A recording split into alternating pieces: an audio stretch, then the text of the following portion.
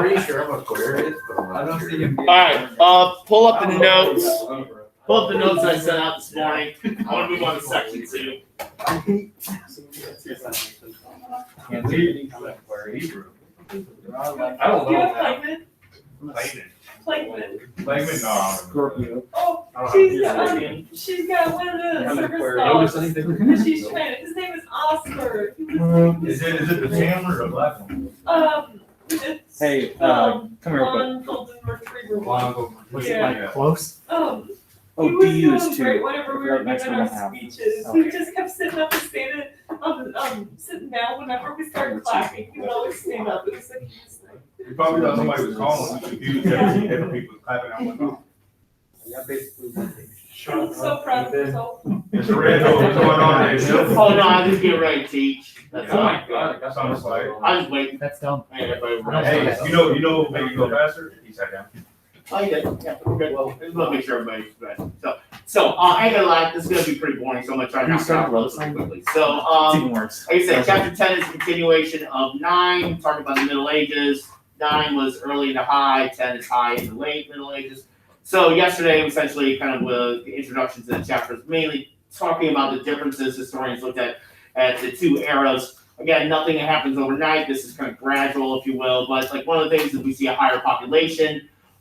With that comes like kind of advancements in kind of agriculture through technology, like the Karuka, the iron plow, horse collar, mills, and then how like kind of crops are grown and diversified through the 3-field system. And Europe is still, compared to other parts of the world, this time overwhelmingly kind of rural and kind of in its kind of establishment here. But we do find the rise in cities, populations. With that rise, we also see a new class that's kind of emerging here. We talked about called like in England called burgesses, burghers in Germany, bourgeoisie in France. They're the merchants. They're the ones who are going to later they're the ones who are going to spark the Renaissance in Italy. But they kind of make their wealth not just owning land, which is the kind of main source of wealth of feudalism, but through portable wealth and stuff like that. So they're going to be very kind of important to a lot of kings and emperors. Like I said, in Germany, a lot of these cities, their goal is to get a title as a free imperial city, or imperial free city, I'm sorry, which the only answer to the Holy Roman Emperor there. All right, so today I want to talk about kind of the role that the kind of church has in the High Middle Ages, and there's some reforms that are occurring here. Don't type this out, this is for my impending Alzheimer's, but during the early Middle Ages, one of the things that kind of remained consistent with that kind of change there that was going on with the fall of the Roman Empire in the West is that the church was kind of like the kind of preserver of kind of civilization to a sense. When we talk about kind of like more and more people were not speaking Latin, Latin did maintain a presence in the kind of the church, and that became the language of learning and such. Although some monasteries that we talked about became places where people would kind of retreat from society to live a more simple life. Some monasteries were attacked like by Viking raids because it became also depositories for certain nobles and that. And then the church is part of the feudal system. There were at times you had bishops that were vassals to certain lords, as they were given land as well as titles. And there's a number of stories of bishops garnering armies to basically fight for their lord as a responsibility. So with that, we start to see a number of church officials believe that the church is too intertwined in this system. So there's a bit of reform, and the reform initially starts in an unlikely place in France, at a monastery called Cluny. Now, Cluny was a monastery, the land that was donated by the Duke of Aquitaine, a guy named William I, not to be confused with William of Normandy. Now, he wasn't the first one to do this. You had nobles that did this quite a bit, but they expected something in return. The thing about William is that, from most historical accounts, he just basically let kind of Cluny just kind of operate on its own, all right? And as a result of being somewhat more distant from Rome as well, it kind of acted as a kind of a headquarters for reform. Particularly when we have one reforming pope who actually kind of came through Cluny. So in Cluny, there are certain ideas that they kind of need to get back to kind of the traditional kind of church and how it was kind of established, and trying to kind of separate it a little bit from feudalism, at least those kind of like complicated ties that we would tie them into, like kind of lords and such. All right, so Cluny, the monastery or the abbey, if you will, is still around today. The blueprint for this, most of these monasteries are built like looking like crosses, which obviously is a kind of nod to the crucifixion of Jesus. So this is what it kind of part of it kind of looks like today. It still kind of operates. And then we also start to see the kind of new emergence of monastic orders. I talked about the Benedictines, which was the first real monastic order that was established in the Middle Ages, named after Saint Benedict. And there was these kind of Benedictine rules that became kind of standard for monasteries all over Europe. The idea you're supposed to kind of like basically work like 8 hours a day, pray like 7 hours a day, and all that other time. There's very little time for kind of anything other than work and prayer. But some monasteries got away from that. Some monasteries kind of were beholden to nobles and such. One group that emerged here were the Cistercians, which are still around today. Were founded in France 2 years after the First Crusade. The thing is they wanted to create self-sustaining kind of monasteries where they didn't have to depend upon lords and stuff like that. So they would build them only out in the wilderness. They basically clear the land and kind of grow crops and stuff like that. There's Cistercians in France and England. There's one place called Tintern Abbey, which was a Cistercian kind of monastery. Vietnam has a sizable Cistercian monastic order there because their connection to France as being a former French colony. All right. The guy who's the founders, the dude there, kind of right here, that's Bernard de Clairvaux. They're often referred to as the white monks because they would wear this kind of white kind of like robe with the kind of like the brownish, blackish kind of covering over there. And again, these are guys kind of working siding wheat and stuff like that. This is a cistern monastery in France. That's alfalfa that's being run around there. So there's still like a lot of associations with agriculture. All right. And then we also find reformers who feel that the church needs to push back on the kind of like influence of nobles and kings and stuff like that. So I talked about last chapter. We were talking about the convergence of nation states. I talked about like Germany and the Holy Roman Empire. Otto the First, aka Otto the Great, who's the first one to really fully embrace that title, Holy Roman Emperor.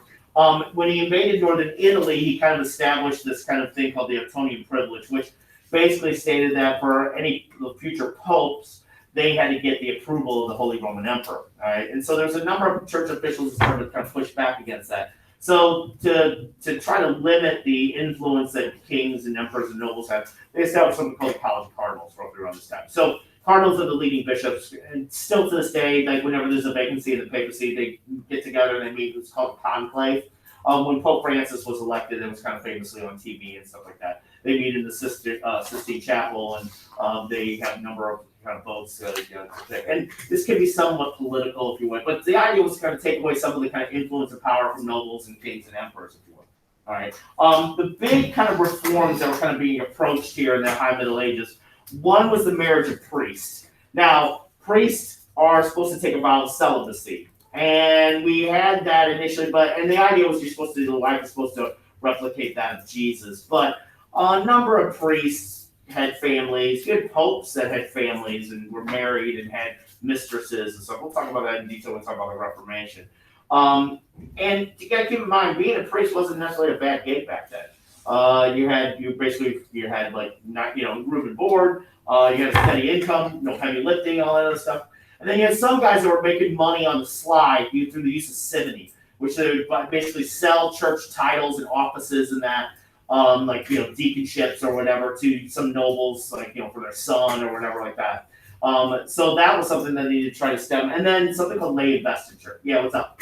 So they instead of you'd have to be chosen specifically to hold like deaconship, it just gets sold to you. Mm-hmm. Yeah, you'd be a deacon, but you really didn't go through the process of. So the whole church thing was separate, but you could buy. Yeah, but the problem was it's starting to intertwine because you have nobles that are donating land to the church, and then they're kind of expecting something in return. And then and so you have some people kind of just taking titles that are just honorific. And they're just basically essentially just associated with their kind of. You guys keep in mind, people were really concerned about their eternal souls back then. Heaven and hell was a real thing, all right? You got to keep in mind the Catholic Church is the only kind of game in town at this point. So you have people to get a deaconship that assures you this idea that you'll gain entrance into heaven and stuff. And then lay investiture, I talked about investiture, which is basically the kind of symbolic, the ceremony in which a lord would present a vassal their land. So what we have is a lot of times you have nobles that would do that just with land, but they would also they would try to appoint bishops, and they would kind of go over the heads of the kind of the church here. So the lay investiture becomes an issue here. They refer to it as the lay investiture controversy. So the Pope that's going to try to tackle this is Gregory VII, who actually came out of Cluny. So he's very reform-minded. One of the first things he does is he orders all married priests to abandon their wives and children. Seems a little harsh, and in this day and age, you'd be like, well, that's an easy choice. Well, I'm done being a priest. From most accounts, the majority of the priests basically abandoned their wives and children, all right? Because that was a pretty good game, all right? And the church did this as a way to ensure that any wealth that these guys had would go to the church. Because if you basically kind of have any wealth, you would pass that down to your heirs, all right? So here, the church that kind of took that kind of concept out. And then in 1075, he runs into a little bit more resistance with trying to ban lay investiture. Right. In particular, this was kind of the challenge also to the concept of the Ottonian privilege. So Gregory is going to try to kind of so to speak, shake the apple cart a little bit here. Right. This is Gregory. This is his album cover. He's throwing up deuces there. And so the guy that is a little upset by this kind of banning of lay investiture is basically the German king, the Holy Roman Emperor at the time, Henry IV. All right. So the story goes is that Henry tries to appoint his own kind of chaplain as Bishop of Milan. The problem is that Gregory already appointed somebody, all right? And so what ends up happening is that they get into a dispute here, and Gregory pulls the nuclear option. He excommunicates Henry. So excommunication means you're kicked out of church. Now, what this does here is that basically creates a rebellion called the Great Saxon Rebellion in the northern part of the Holy Roman Empire. So the various states in northern Germany, this is a chance to say that Henry was weakened. So Henry initially, before he goes to put down the revolt, tries to basically get back in the good graces of the Pope. All right, so he wants to have a meeting with the Pope. Now the Pope knows that this meeting, he goes, let's meet in Rome. And so the Pope knows that that meeting is either we're meeting or you're basically holding me hostage. So he flees Rome and goes to a place called Canossa, which is outside of Milan. He stays in a castle owned by a woman named Matilda of Milan, whose husband at one point was the Duke of Milan. She was a widow. And so there, Henry essentially kind of meets with the Pope. This is called the Walk of Canossa. And so what ends up happening is that Henry has to wait outside for 3 days, the story goes, barefoot, wearing a hair shirt. Now, a hair shirt is essentially this garment, this clothing that is made up of horse hair, and it's real itchy. It's like a burlap sack. It was a way to show penance. Now, in reality, what probably happened was he went to Canossa, stayed in a villa down the road, and the Pope finally agreed to have an audience with him.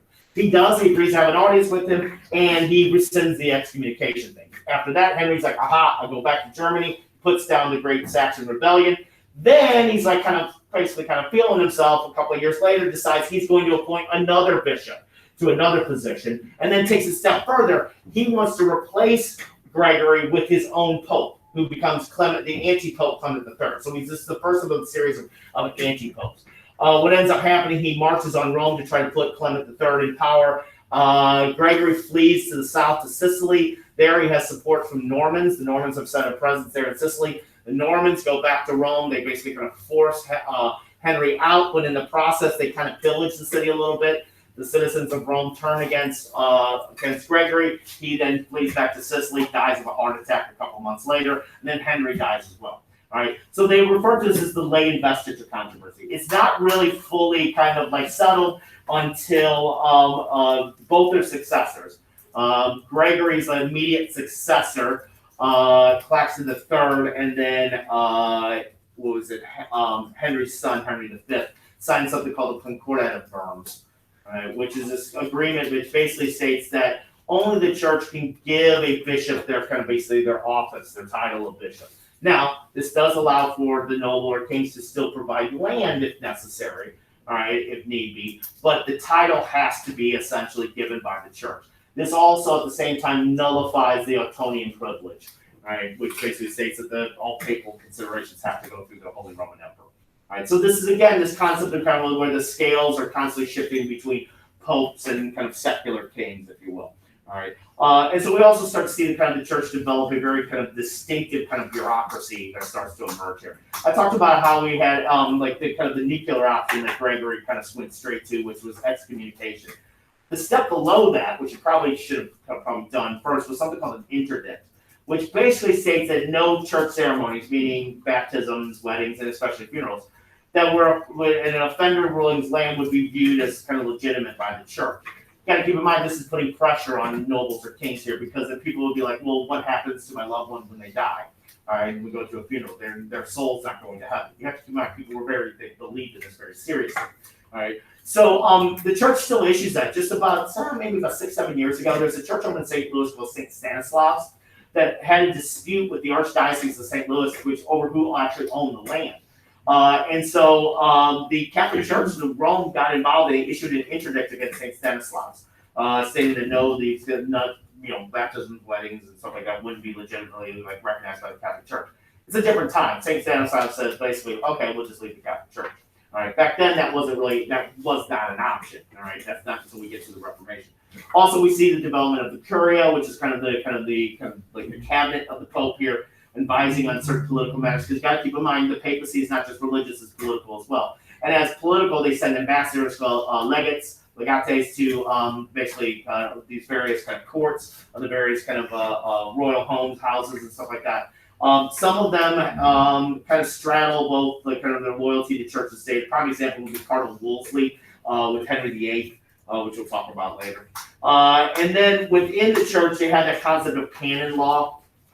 I talked a little bit about this, touched upon this when we were talking about Henry II in England, with the kind of trying to establish common law, where he tried to have the church basically that they were under the realm of kind of the king's common law. The church argues that they have their own separate legal system that supersedes common law, called canon law.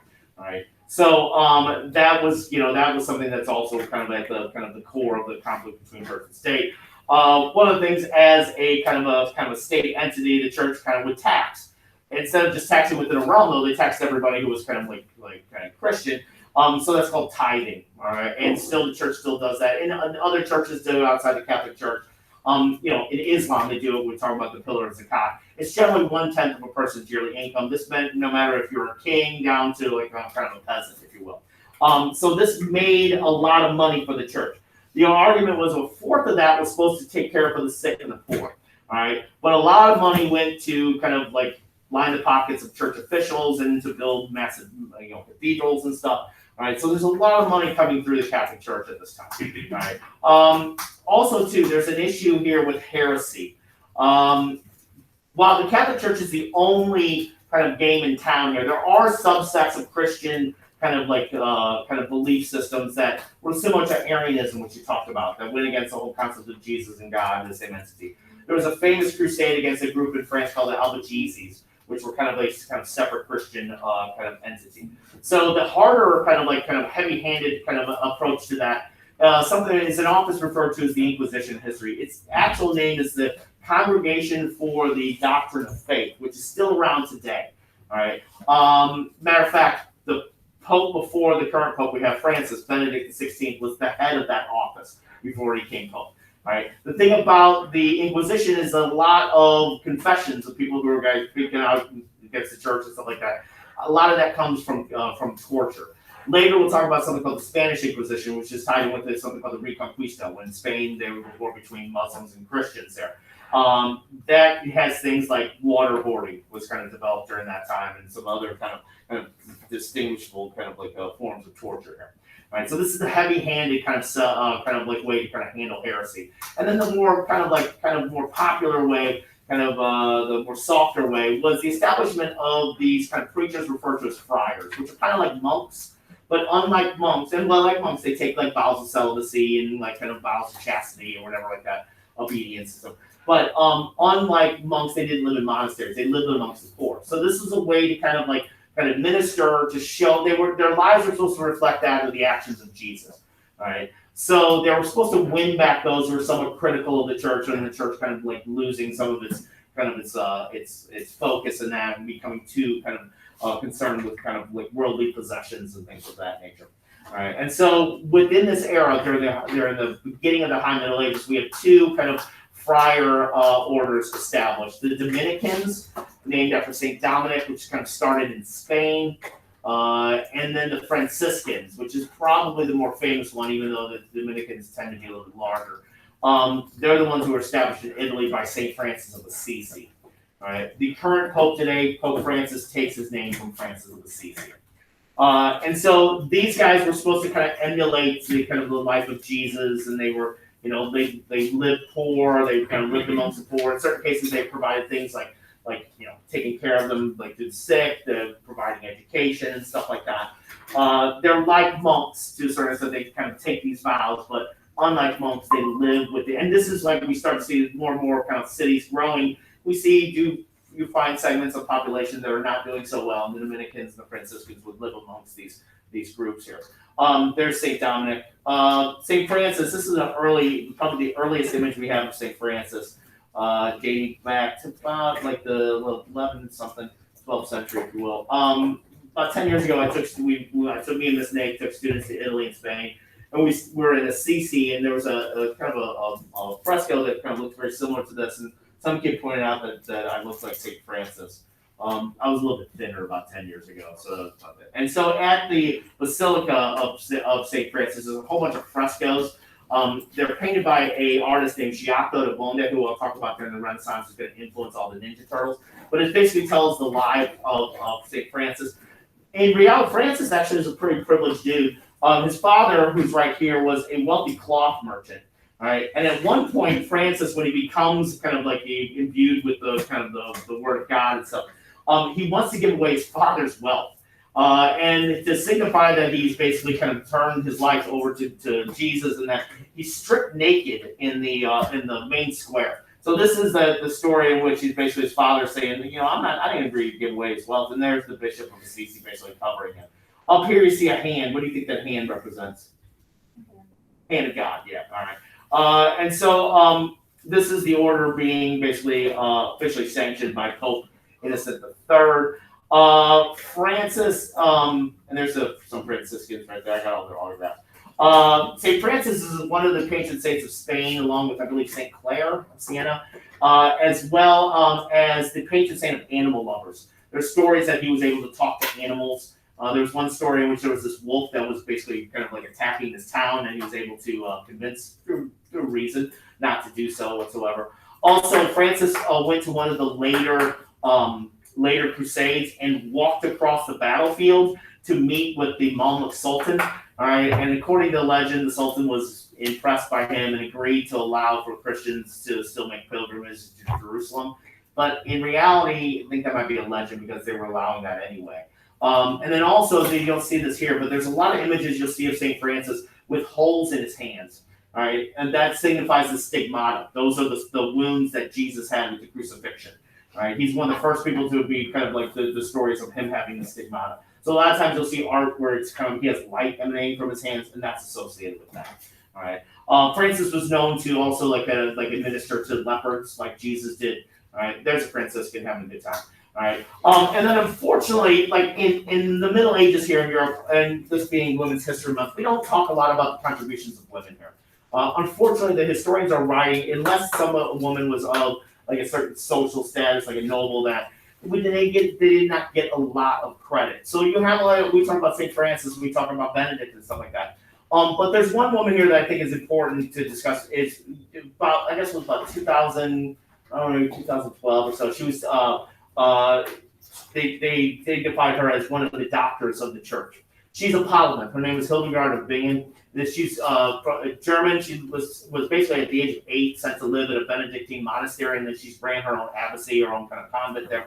She wrote multiple volumes on various topics: theology, medical science, philosophy. She wrote music. So she's like kind of like a person that delves into various kind of disciplines. She created her own like kind of alphabet and like written language based on the Latin alphabet, which is very Da Vinci-like to a certain extent. All right, and so unfortunately for a lot of women, they weren't afforded the opportunities for education unless they were in a convent or an abbacy. All right, and so Hildegard of Bingen is probably one of the more famous of these kind of polemists that kind of lived during this time. This is a painting of her, which kind of shows her. That thing kind of hanging in front of her, that's supposed to be the symbol of the Holy Spirit. So she was embedded with the kind of the Father, Son, Holy Spirit kind of thing to kind of guided her intellectual endeavors, if you will. All right. Now, while friars lived in poverty and stuff like that, we do see the church kind of showing off their wealth when it comes to cathedral. And so there's two styles of architecture kind of showing off that wealth here. The first one dating before maybe the Middle Ages, called Romanesque. This is a style of architecture where we have a heavy emphasis on arches and domes, hence the name Romanesque, right? So the thing with these churches, though, they tend to be built like kind of the weight is displaced straight down. There's thick walls in that, and with that, unfortunately, you'll find like if the pitch isn't like a certain kind of angle, domes will collapse in on themselves, and that happened quite frequently because the weight is just kind of directly straight down. So this was a style like maybe like the Hagia Sophia that I talked about with the Byzantine Empire is an example of kind of Romanesque style architecture. So this is like some examples. Like this is a church in Italy. You see the kind of the nave area right here. It's kind of a rounded, kind of like with the walls going straight down. Similar one in Spain, so they look somewhat similar. Very thick walls, or heavy, thick walls. This is the baptistry at Pisa, in front of the Cathedral of Pisa. You see the Leaning Tower in the background. A lot of cathedrals would have separate buildings for baptisms. Right. This is a prime example of kind of Romanesque. And these style of churches in France, same thing. You see the emphasis on the dome. Now inside Romanesque, a lot of times you don't have a lot of like the windows tend to be relatively small, all right, and so there's not going to be a lot of natural light coming through. So you have a heavy emphasis on candles and stuff. So they tend to be pretty dark. Heavy emphasis on rounded archways and that. Then the beginning of the High Middle Ages, there's a new style of architecture that was developed by a French monk by the name of Suger. The name is actually a negative kind of connotation. It's called Gothic. Now, today when we talk about Gothic, you think of something like kind of like real heavy and dark and stuff like that. This style of architecture, the idea was to basically kind of do things where you kind of point up higher, displace the weight outwardly, all right, build more windows in there, let more light in. But when people saw these first kind of cathedrals as they were being built, they were kind of appalled by it. Anytime art or architecture is something new, a lot of people are going to be very critical of it. It's just because you're just not used to it. Right? So the name was given Gothic to signify barbaric, remember, because we talked about the Goths, the Visigoths, and the Ostrogoths. So some of these people are giving these names are actually of Germanic descent, but that's neither here nor there. So this is where that term comes from. All right. Eventually, though, these become the standard way that you kind of build cathedrals. And they become attractions for people to make pilgrimages, and in particular, the churches have relics in there. That's also important here. So there's multiple features, but there's three main features I want you to know that kind of separate kind of Gothic from Romanesque in style, in kind of like form and function, if you will. So you have these pointed rib vaults, which is kind of bands of stone that kind of run up to the ceiling, to the roof there, all right? And what they do is they kind of displace weight outwardly, all right? And they allow for you to build more windows, or bigger, like with stained glass windows in between those bands, those vaults. And so that allows more kind of like natural light in. So it serves form and function as well. So like kind of like a prime example, like here, we can see the kind of these are the pointed ribbed kind of vault, like there, this vaulting. And in between you have you could use more kind of stained glass because the weight is being displaced outwardly. All right. This is like something called fanning that we start to see more common in the late Middle Ages. You see the kind of vaults that come up through there. So this is something this is a cathedral in Bath in England. And then with that, you see definitely more kind of like windows in there. So you see a more natural light kind of coming through. The other thing that's probably the most like kind of recognizable, particularly from the outside, is the use of flying buttresses, which were like kind of these braces that would basically kind of go outside the church. You could use them for like kind of use like archways, and you can carve on them and that. But that was particularly, that would basically displace a lot of the weight outwardly. All right. And so normally, if we didn't have COVID, I would do this thing where I'd have two volunteers come up. You guys, the two people would hold their hands like this. You'd be my shirt. All right. And then I would jump on your hands and pull your hands down, prove that the roof could come down. And then I have two other people, one person behind each person, pushing them. All right. And then as I would try to kind of pull the roof down, it would get harder and harder to pull down. The people behind them were the flying buttresses. So they kind of represent this idea where like you have this weight displaced outwardly, all right, and you can basically kind of build within that. All right, you can build more like light, you can build more windows, you can build all those stuff. So this is kind of an example of Chartres. This is probably the most famous one though at Notre Dame in Paris. And if you saw this church initially when it was built, and these would take years to build, they're not going to just, years and years.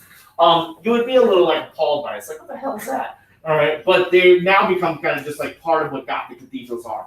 A prime example of what we call like a neo-Gothic cathedral, maybe if you go to Belleville, so the cathedral downtown in Belleville has some Gothic type of styles there. Not as elaborate as the flank buttresses, but there's some of the ones that are more like shorts there. And then pointed arches inside, which kind of like basically kind of like point up to the heavens. Very slight, but if you put these arches like in a strategic kind of pattern, it creates a sense of depthness that isn't necessarily there. It creates a bigger space, if you will. There's other things like we have like, steeples and rose windows and stuff like that. So like this is some of the examples I kind of pointed out. This is probably the best one here in Milan. Like you kind of see like kind of the pointing there and then it kind of extends. And then this is Chartres in Paris, rose windows, steeples. This is one in Germany. It's particularly very jagged, so that's one where you can get. And then Notre Dame, that's where you see the rose windows, steeples, and